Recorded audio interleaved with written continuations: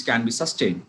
And starting with the comments and points which made by our discussion partners, we can point it as, or we can number it as number one, that is green and blue infrastructure.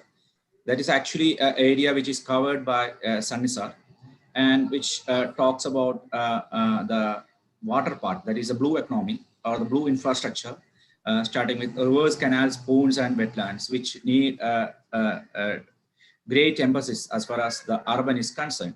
And when you look into the matter, we can see that, there are regulations in Kerala which help us to control or to protect all these infrastructures. Along with that, we have mission part, that is the Haritha Kerala mission, which also take a lead role in implementation of the blue infrastructure in urban part. That is a program or a campaign started by Haritha Kerala mission, that is Nyan Olugate. And coming to the green part or the green infrastructure part, we have discussions where our group discussed and emphasized on the need for urban forestry or urban green, and the development of parks, field, forest, all covers under this green infrastructure.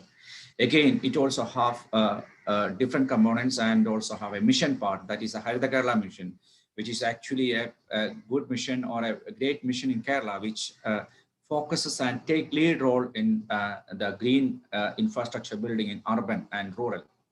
And coming to the second part, that is how practices or in the waste management, which can be sustainable, or how an urban city can be sustainable. And the second point on deliberation, and which can be says like the adoption of circular practices, circular economic practices in urban Kerala, which have different theories like cradle to cradle, performance economy, biomimicry model is there, industrial ecology is there, natural capitalism is there. Almost all these models, which is actually developed in the Western part or Western world, is actually already developed and running in Kerala. And coming to the third part, that is the planning. That is actually a point which again discussed a lot. That is all planning, if it is coming to the urban part, should be focused more on urban centric issues alone. And that will help us to think or focus on urban issues. And the fourth point which we discussed and which we want to point out is the urban data. That is actually the data part.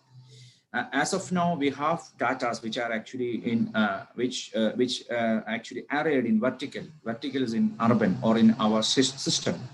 And what we require is the base data to be available to all, so that big data will be there, so that it will help, or it may be a cloud data, which will help us to develop or to plan at the grassroots level. Therefore, we discussed most on a data part, that is the existing data that is actually in a vertical form should have an interconnection or to be transferred to cloud form, so that all these data part or the deficiency or the gap of data can be addressed in urban. And coming to the sixth point, that is the discussion part, is community level participation should be strengthened. That is actually a point put forward by Dr. Sanisar. And he emphasized on the relevance of community level engagements at the time of pandemic, or at the time of epidemic, or at the time of flood. And we have a Kerala model, which is actually based on planning, which is actually a participatory exercise, which have its own uniqueness. Therefore, our group add this point to the main theme, that is, if you have a very good community level participation in project planning and execution level, or at the time of all these type of pandemic, it will definitely contribute to make a city sustainable. And coming to the last part, that is the last point which we discussed, is geospatial planning. That is a master plan, which is actually there in Kerala as schemes and draft and final master plans. Therefore, the main point on or the main discussion happened on this subject or this topic is the master plan should be people-centric. That is, the people should have a say, the very base unit of urban or rural should have a say in master plan. Along with that, these master plans should have the elements of the points which we already raised earlier, that is the green infrastructure component should be there, the blue infrastructure component should be there, and all these components which should be ecologically or ecologically based disaster resilient plan. Therefore, these are the basic points which is discussed and which we put forward to this group for further discussions and to add further points to this. Thank you.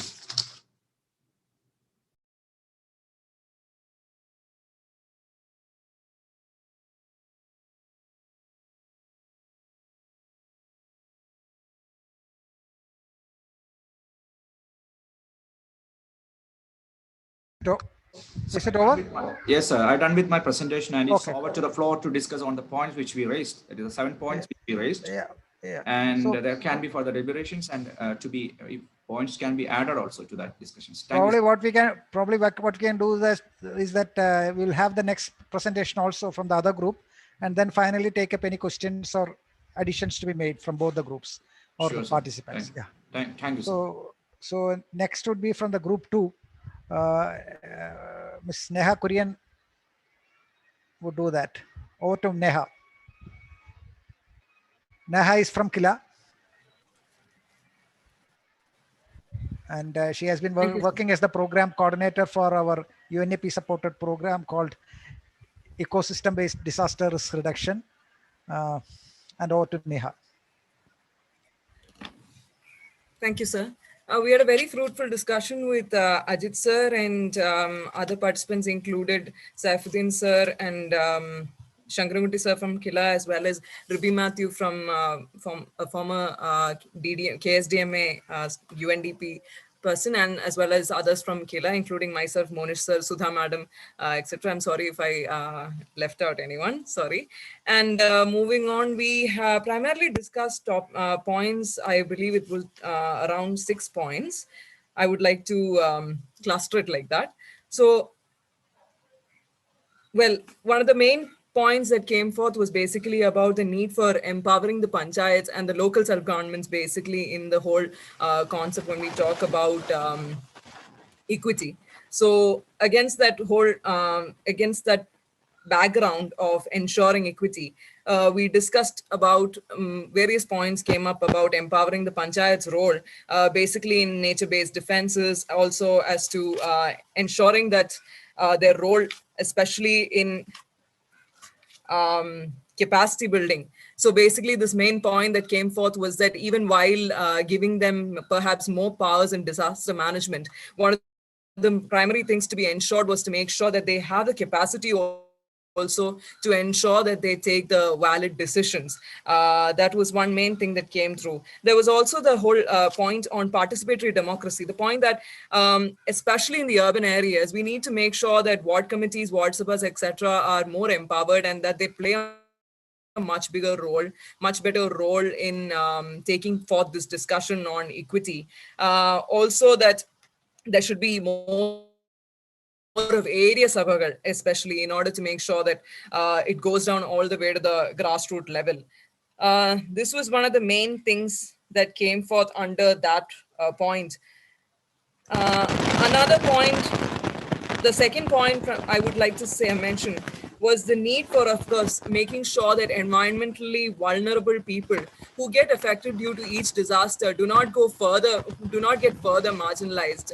Ruby, in fact, raised a very valid point that sometimes when we find alternative accommodation for them as part of our relief measures, one of the main problems that happens is that they again get put up in vulnerable regions, which makes them even more vulnerable. This process is cyclic, and that this process needs to be rectified at some point. This was one of the, and that there is, she was basically emphasizing about the fact that there is much scope for having the local self-governments lead this in a very inclusive manner.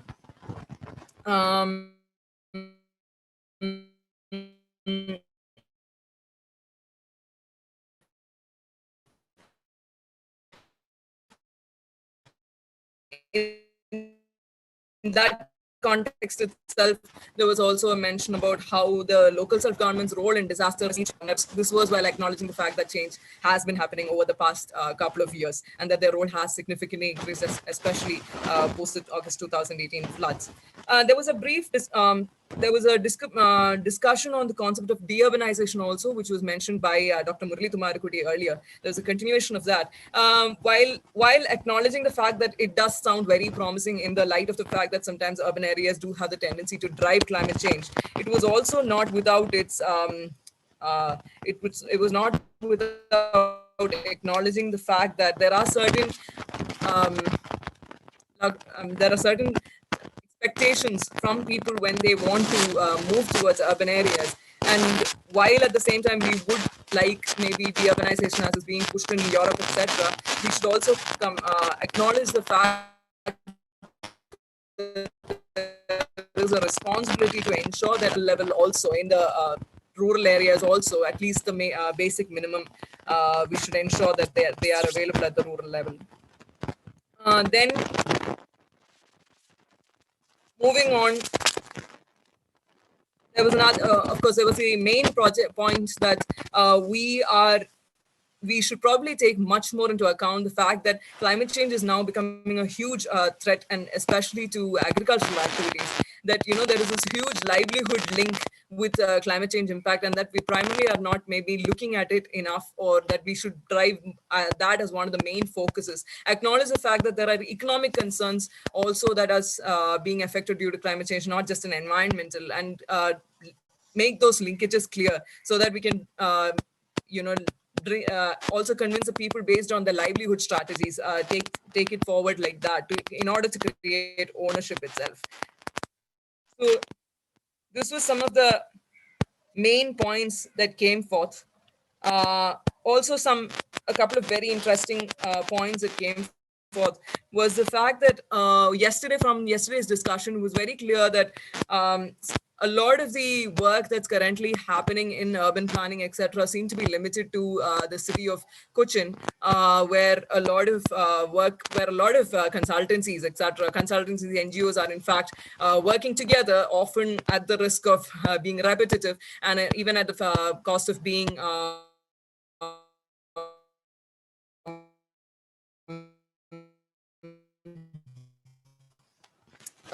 doing fragmented work, and make sure that these resources are distributed among the cities. I mean, we have our municipalities as well, of course. So in order to ensure that these resources are split between the other municipalities also, so that there is an equitable distribution of resources within the cities itself. And there was another major point that was tagged basically regarding climate related budget tagging, which is to highlight the point basically that though we are spending a lot of money, especially in through Kudumbasri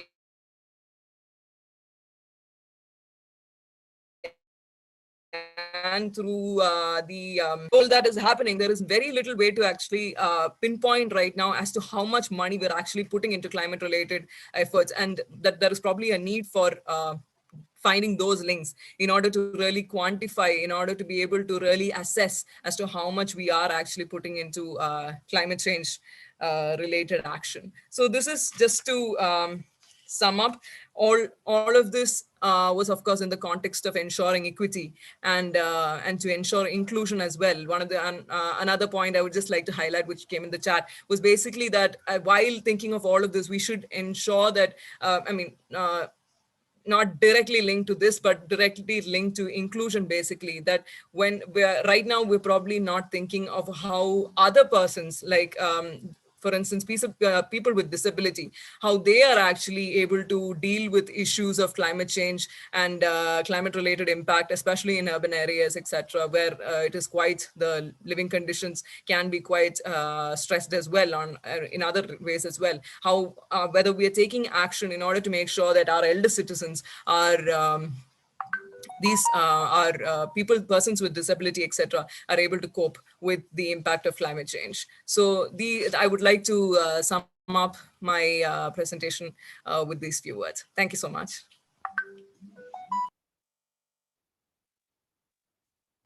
Thank you, Neha. So the two groups have come up with a lot of points for us to respond. I mean, we have a few minutes initially to respond to these two presentations. If you want to add anything or ask questions to these groups, that's possible.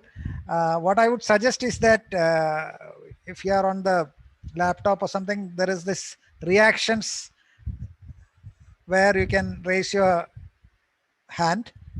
It's like clapping kind of thing, but raise a thumbs up or something like that. And then those persons can talk. Otherwise, you can also put your comments and queries on the chat box also. So we'll take a few minutes. If there is anyone who wants to respond to these two presentations, especially to ask questions and to add something or to delete something, basically. Because we had got divided into two groups. So one would have liked to give some inputs to the other group also. Anyone? Or you can write on the chat box also.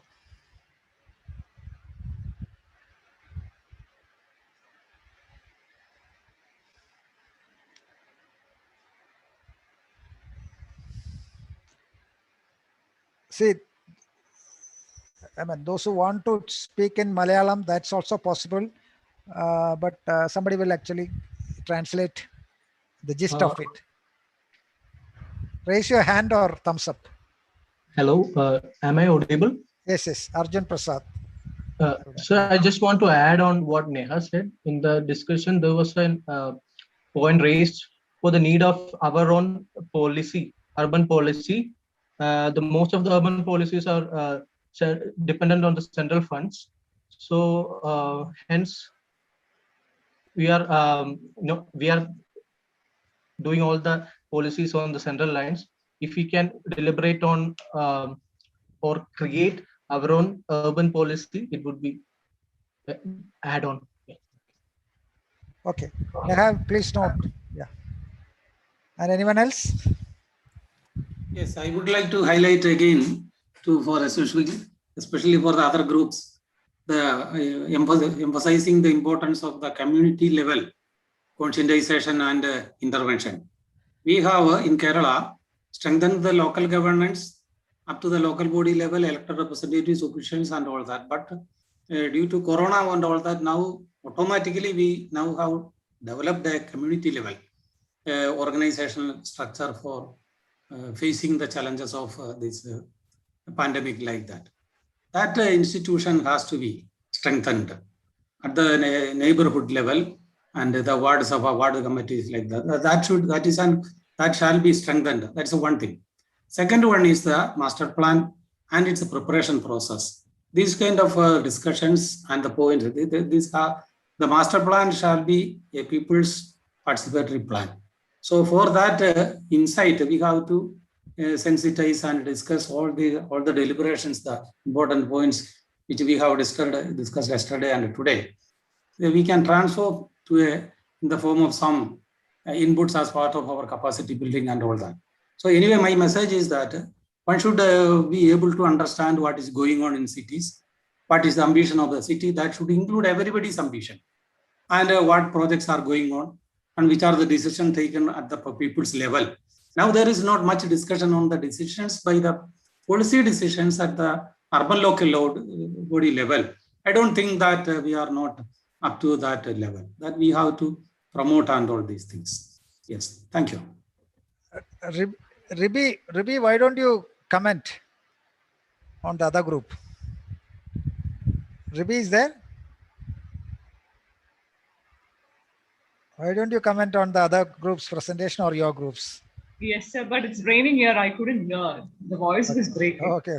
Then it's okay. But I hope we would be aiming at an integrated and comprehensive approach for resilient planning. It's not just land use planning and environmental planning, and not do two different things, but we have to see it as a comprehensive and complementary sectors, and we should aim at having an integrated urban planning in the longer run. Okay. Thank you, sir. Thank you. And Dr. Jivini had written that do these plans include eco-restoration activities also, which somebody should respond. One of these groups should respond. And who else? Anything to be added from the group or respond? Otherwise, we will go to Dr. Sunny George, I think, who will present the the consolidated this thing. No, it will be done by action plan will be by Rajesh. Okay, Dr. Rajesh. Okay. Yeah, okay. Dr. Rajesh, please. Yes, sir. Ajith, sir. Rajesh Virashi says, yeah. Yeah. Actually, Rajesh, please introduce Rajesh. Ajith, Okay. please. Yeah, it's Dr. okay. Dr. Rajesh is our senior urban fellow, but for many of us in this group, Rajesh has multiple hats earlier. Now he has joined KILA in the recent months, and he has written at least 2 major books on decentralization and local governance. And he has been active for the last 25 or 23 years, I would specifically say, in local governance and decentralization. Over to Rajesh. Okay. Thank you, sir. Actually, we are just presenting a rough action plan, which has emanated out of the discussions of the last 2 days. The context is that we are taking the context of all the discussions from the 2 days discussions to this action plan. And I'm again repeating, this is only a draft for discussion.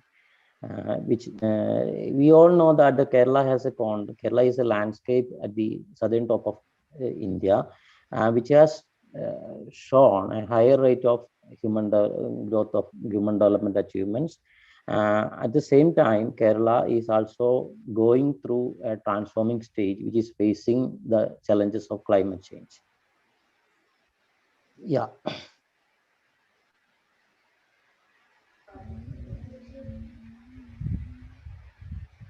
Next slides, please.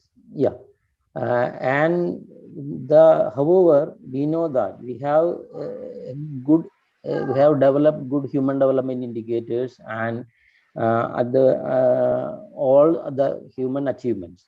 But at the same time, we have to give the cost of environment, and we have developed all these achievements on the cost of environment. And the gap which we have to address is the sustainability issues and the issues related to the equity of the development, particularly in the urban areas. And as we all know, the 2 pillars of resilience, that is sustainability and equity, we have to focus more on these 2 aspects while we move ahead. Please. We also recognize that we are not alone. There are a lot of groups and other institutions which are working in overall the globe towards the objectives of sustainable and equitable cities. So we hope that we can have a big collaborative exercise with all these institutions and agencies towards a common goal of creating sustainable and equitable cities. Okay. Where we are, we all know that we have good development achievements, but as I mentioned earlier, in cost of environment. But at the same time, we have the gaps in addressing climate art issues, particularly in addressing issues related to carbon footprint, urban green, management, and implementation of nature-based solutions for development. And also need to evolve. We have several initiatives. We also need to evolve model on equity-based development process, particularly inclusive development initiatives by incorporating different groups and marginalized sectors. And also we have lacking in community engagement. We have good community engagement with village level. What will be coming to the urban areas, still the community engagement is poor, and how to address that. Since we are not able to address, we can't talk even about inclusive cities. And then the efficient use of data and data management other area which the municipal development had to address, particularly in the disaster management plans. Thank you.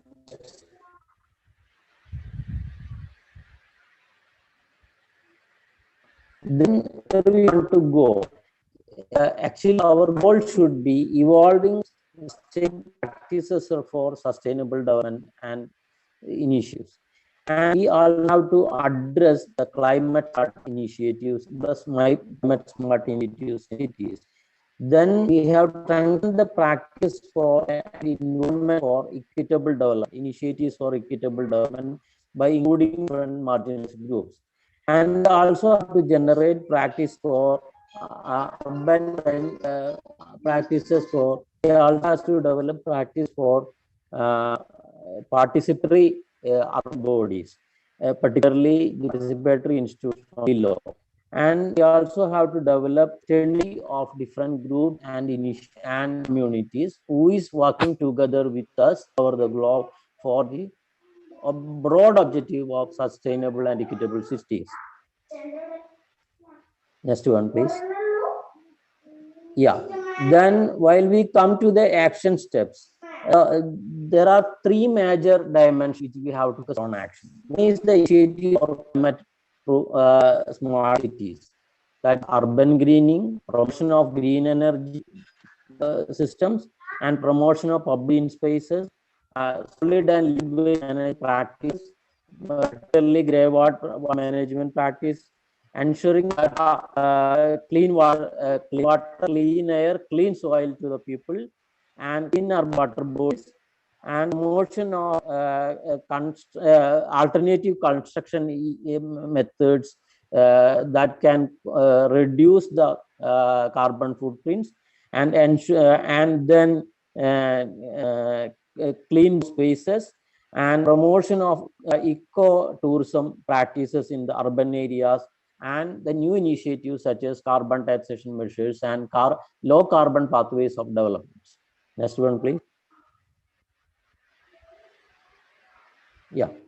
And the other area we have to focus is on equitable development. We have to give more develop models on age-friendly cities, develop models on differentially able cities, inclusive cities in terms of including tribals, Dalits, and fishermen communities, and all the other marginalized groups, and the migrants who have serving us as working population, and the initiatives for gender equity cities and these are the areas which we have to focus more on creating double system. Next, please. And as I told you earlier, the democratic deficit is the major issue we have to address at the local level, at the particularly the municipal level. So, how to develop a climate smart cities, and through a democratic engagement at the local level is very important. In that context, community and all the institutions, and planning with conduce the people continue. Particularly, we have to envision all master plan exercise happening with the strong participation, and that also should be done based on strong database. Next slide, please.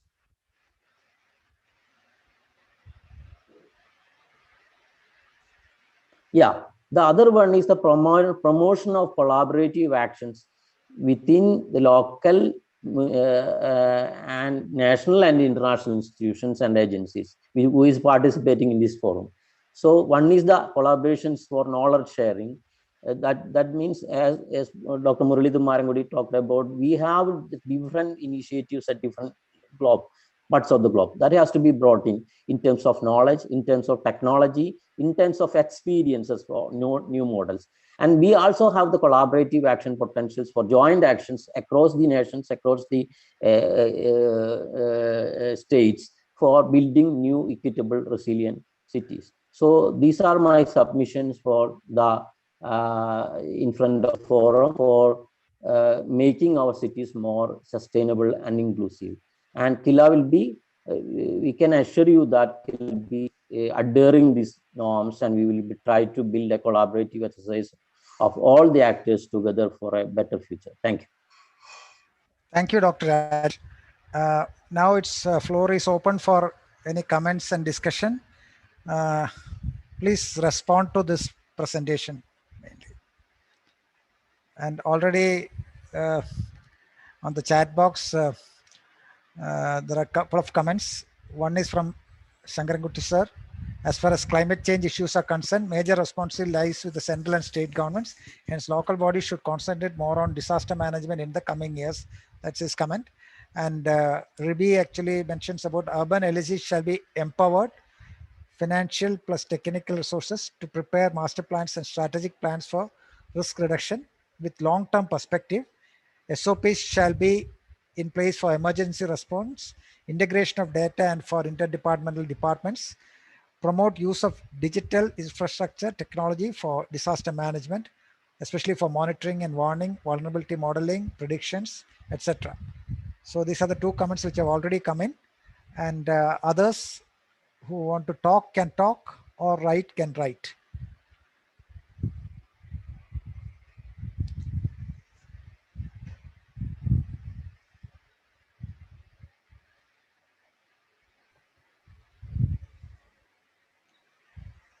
How come we are not arguing against or for? There should be some heat in the room.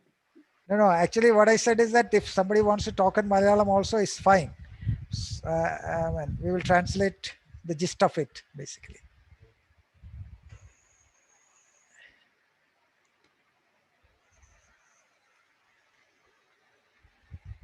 Otherwise we will conclude. Ajith, who wants to conclude? Yeah, so it's fine if you would like to close. No, if you want to say anything, or Dr. Sunny George wants to say anything. I'll quickly make a couple of points, and maybe Sunny sir also would want to add. Because Rajesh, Sunny sir and I met briefly in the morning to quickly review and churn the thoughts. So 2-3 things which remained with me. I hope this also has been the kind of messages that most of us have received or collected. To me, the most striking and constantly reassured idea was about democratic engagement. The planning process need to be really democratically engaged if you really want to get results, if you want to make our places and communities equitably resilient. Because human behavior need to be studied, understood, and responded in places where people are living. So building those systems, we have systems, we have neighborhood groups, we have resident welfare associations, we have ward committees and ward sabhas. Those systems have been brought in the policy as well as in the thinking of the government as well as in the community, but we need to activate them. And the clear message from Director NIS talk yesterday was he was kind of appreciating sitting in Delhi, what he had gone through the COVID time, the emergency situation, not having voluntary groups, not having enough such systems. He was telling the model that Kerala has established is worthy and praiseworthy and lauded. So we are getting good response and good reputation for establishing such systems. I think we really need to activate them and build their involvement into the planning process. That's something which I learned, and I believe we must find ways to do that, especially activating the ward committees and all. The other bit is most of the speakers who sided their thinking with the power of ecology obviously cautioned us the way we are growing. I wouldn't really side with de-urbanization because I don't think it's possible to have a de-urbanization. All we can possibly do is to harness the power of planning so that we have a very balanced urban-rural continuum where every part of the society, most of the places will have access and opportunity for whatever the society wants to provide them. Nobody will feel disconnected and isolated from the mainstream. And third bit, there is again a strong call which I heard, data at different level, disaggregated, spatially disaggregated data, aggregated data, which obviously is important because all our planning and all our agile responses were based on the ability to collate and pass on this information in real time. We are a society which is technologically advanced, and we are able to kind of use this data. So one term which I heard people using in recent times is spatially enabled society. I'm just putting it here in a nice way. Spatially enabled society. We are there almost. We just need to kind of frame our actions accordingly. So with these 3-4 additional thoughts, I'll just request maybe Professor Sunny George if he wants to add something, and then Joy sir to conclude. Dr. Sunny. Dr. Sunny, please. Things which may be a repetition, but anyway, Kerala is known all over the world for its survival strategies and mobilizing resources and contact technology, living standard, and all these things are there. But I would like to highlight that during the Corona pandemic, so we have also made another model, which is not much highlighted, I think, at the national level at least. It is required because immediately when we faced that issue, under the leadership of the Director General, we have prepared all the very quick support during all the available social media and available people, and that helped.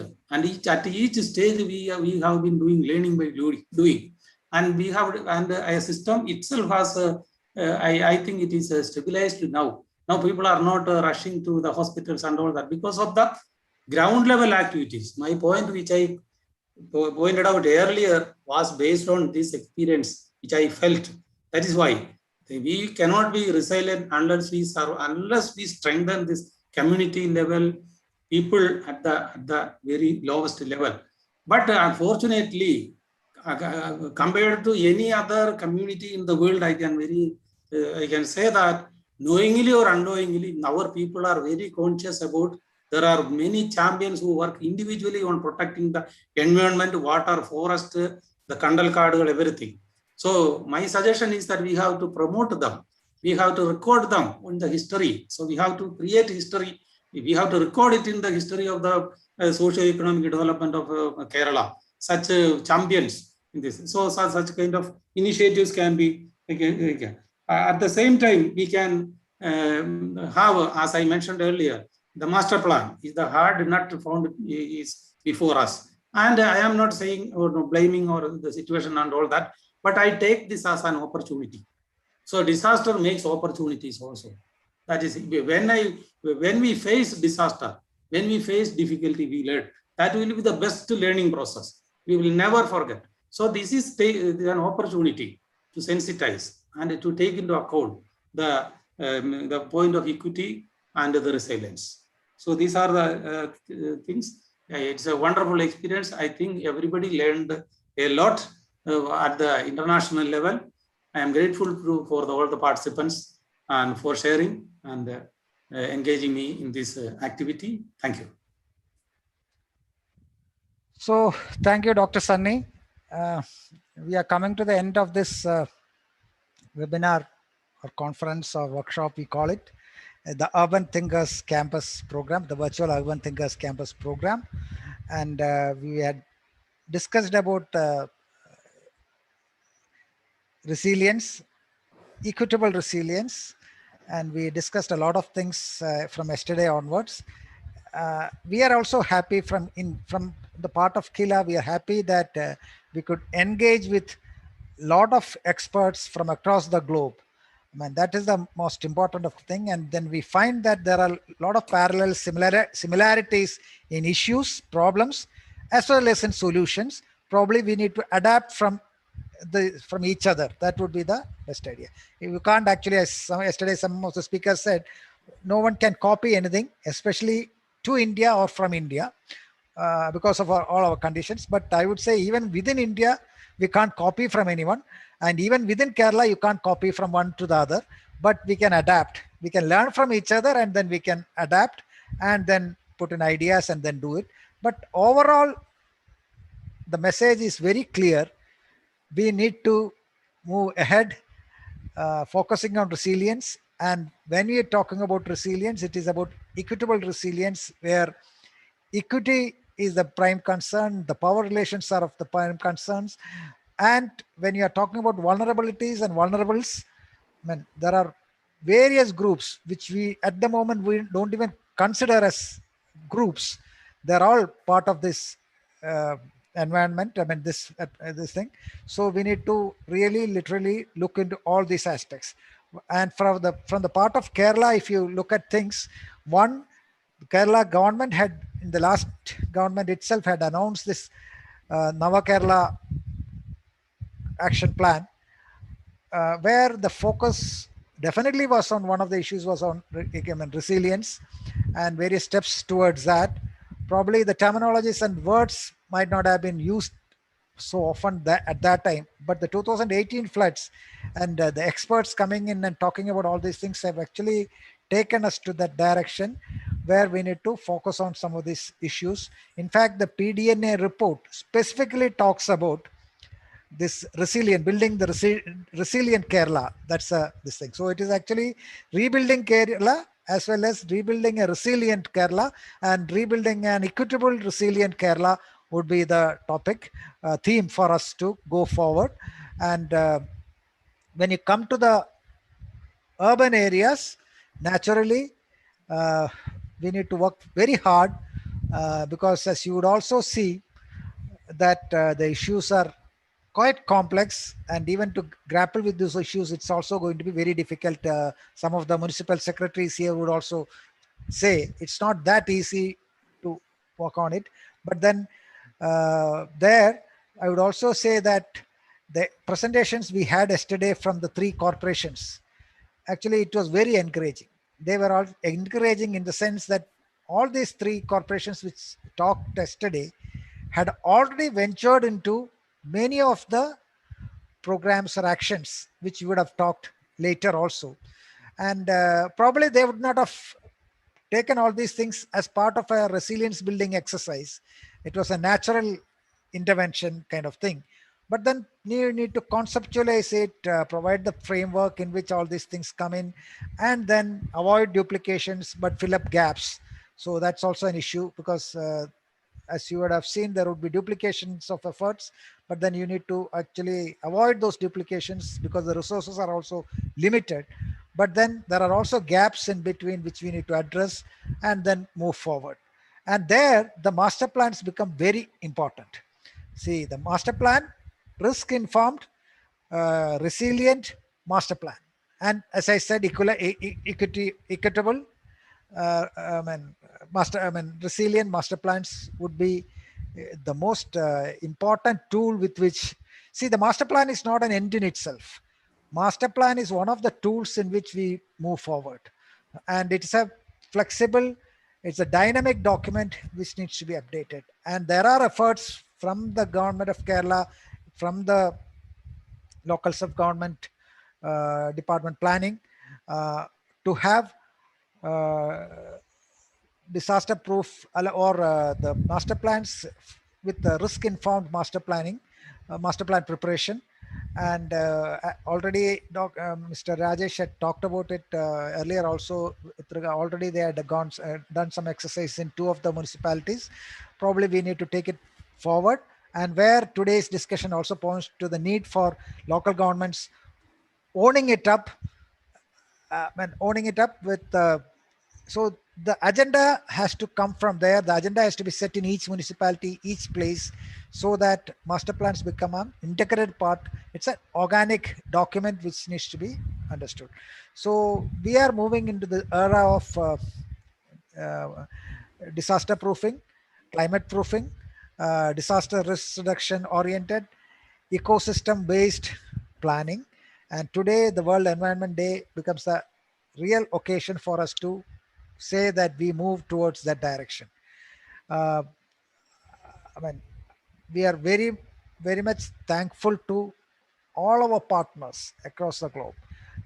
We have National Institute of Urban Affairs with us yesterday, who are the major partner, and then then we had KSDMA, the Kerala State Disaster Management Authority, the local self-government department planning, and the international partners. All of them have been here with us for the yesterday and today. Thanks to all of them. I am not going to talk about each speaker today. I mean, with your permission, when we thank all of them for being with us. Literally, all these groups had done a homework well. That's what I understood. They had a preliminary discussion, the pre-conference discussion in individual sessions, and then they came forward with all these presentations and discussions. So that's also interesting. And then this era of digital conferences and online conferences and other things, this is also an experience for all of us to move forward. So with these words, I cannot close this meeting without thanking the real organizers behind this one, and Dr. Sunny George, Dr. Ajith Kaliyath, and Dr. Rajesh. And Dr. Ajith has taken the pains to get all the connections back in order and get this conference really worth doing. So thanks to all of you and to our partners, all the partners, and our IT team. Every time I reiterate my observation, IT team has been always on the move to find out new options and new areas of working and new tools to work. And thank you all in the IT team with Mirash in the forefront, and all the participants today and yesterday. We had yesterday and today, mainly the participants had come through the YouTube and the Facebook.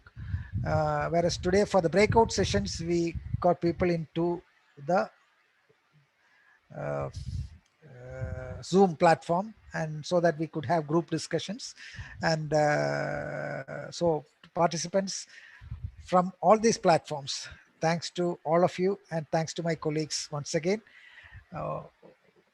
Let's move forward. Thank you. So we'll have a screenshot. Yeah, we need to. Please switch on your video so that if you are in that mood to show your face at the moment, that's also important. Okay. Marash.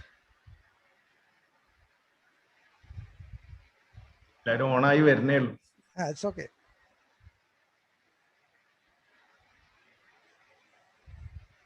Okay, thank you. Thank you. Thank you. Thank you. Thank you all.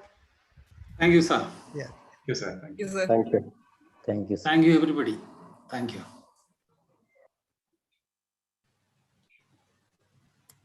Thank you, sir.